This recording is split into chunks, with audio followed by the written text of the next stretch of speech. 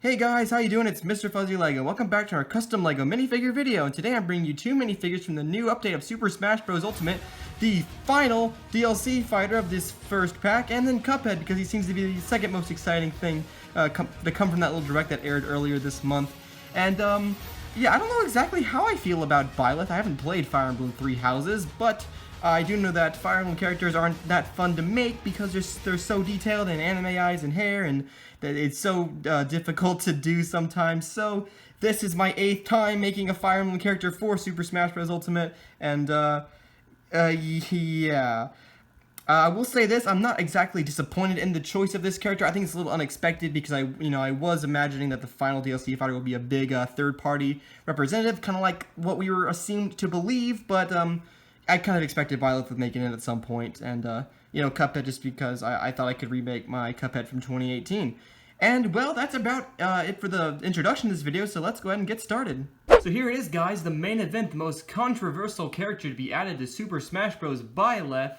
And, well, this figure was complicated, to say the least. You can see all the different patterns, and down there you can't even see what's beyond it because it's there's three-dimensional skirts, but that detailing on the legs goes all the way around on 4 sides, and then there was the legs, the detailing of the boots, which if I remove this a little bit, you can kind of see in the inside there. It goes over the insides as well, all the way around, which you can't see, of course, because of the different back dresses that I put on here. And yeah, he's got these little coat things which have some more detail on them, and three-dimensional jacket which made out of paper, which is kind of ripping at the sides because this figure is just really complex.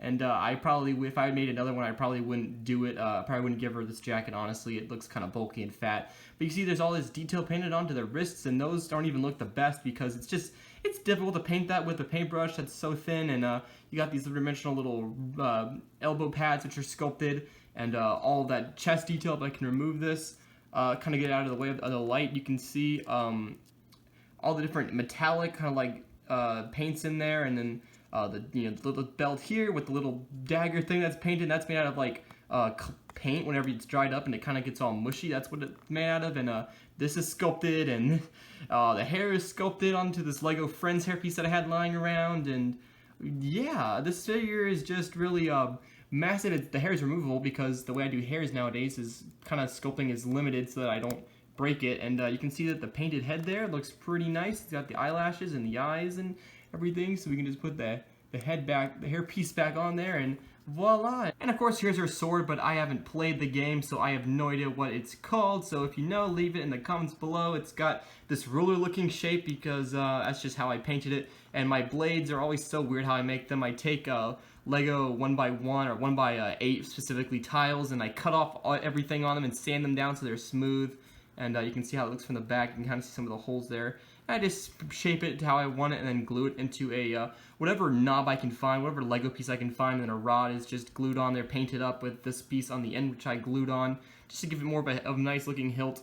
And yeah, he's got some more painted details here. And we'll see, this is what it looks like removed and out of the way. And I'm not going to bother with the arm because it might break. And that's pretty much it for Byleth, so we're going to move on to Cuphead now.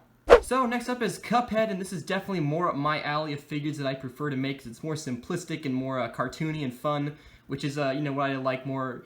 Fire Emblem characters are cool, however they're just detailed and they take a while, and sometimes they just look weird and similar. So so this figure looks pretty nice. I did make a Cuphead in January 2018. This is more of a version 2, and this improved a lot of the things of my old one. Like, however, the old one, the head was just glued on because there wasn't any way for it to be attached. And this new one is kind of made with the same method where I sculpted onto the tops, and I cut out the bottom. There's the straw painted there with a little mug on there as well. And I did gloss this so that it looked a bit cleaner because the gray made it look kind of sloppy. And however, so you can see here that it just kind of, I carved that out. That took at least 2 hours to carve. That was insane. And it just kind of plugs into the arm. I see the head. You can see that I already kind of messed up the bits of the top, just kind of make it to fit, have better of a connection, but it just kind of slides on.